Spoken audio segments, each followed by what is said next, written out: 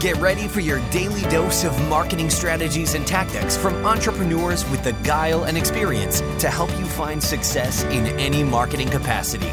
You're listening to Marketing School with your instructors, Neil Patel and Eric Su.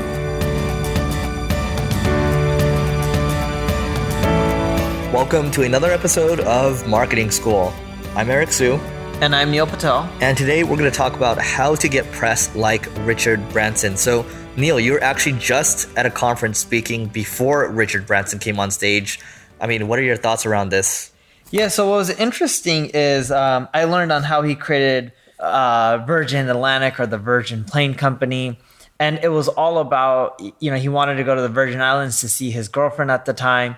American Airlines or someone like that canceled the flight. He ended up renting a plane or chartering a plane, and he had a sign saying like trip to the Virgin Islands, cost X dollars. He filled up the plane, and someone on the plane ended up saying, hey, you know what? This could actually be an airline company if you just had a airline attendant or stewardess or flight attendant, whatever you want to end up calling it.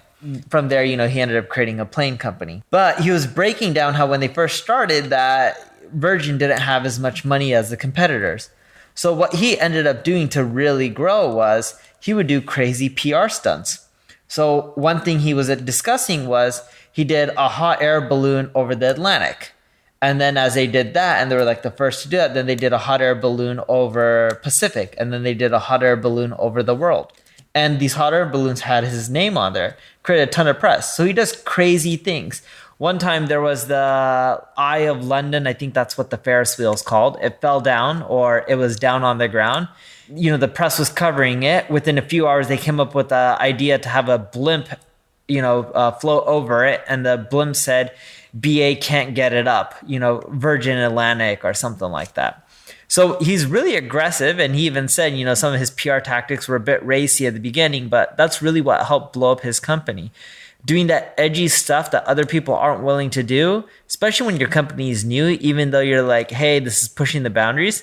Sometimes you really have to do that to grow at a rapid pace. And that's how he succeeded, especially early on. I mean, I'm just looking through a couple of his other PR stunts that he's done in the past. And yeah, I mean, if you think about his life, the whole entire thing is just, he lives life as how he wants it. And I think that in itself is remarkable. A lot of it is basically a nice news story.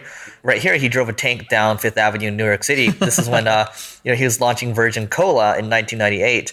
And he pretended to blow up the Coca-Cola sign. Like, even though that company failed, that's something that's pretty memorable, right? It's remarkable at the end of the day. You think about what Seth Godin says, right? You think about, he says, you have to be remarkable at the end of the day. How do you do something remarkable? Well, people talk about it, right?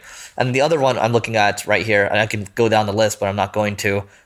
He jumped off the roof of a hotel casino. So imagine, like, you're a billionaire, you own all these companies, and you're risking basically your livelihood, jumping out of, bungee jumping off hotels, driving tanks. Maybe that doesn't risk your livelihood as much, but you get what I mean. I want to drive a tank. That sounds fun. Yeah, and well, I think the hot air balloon thing, he almost died, right?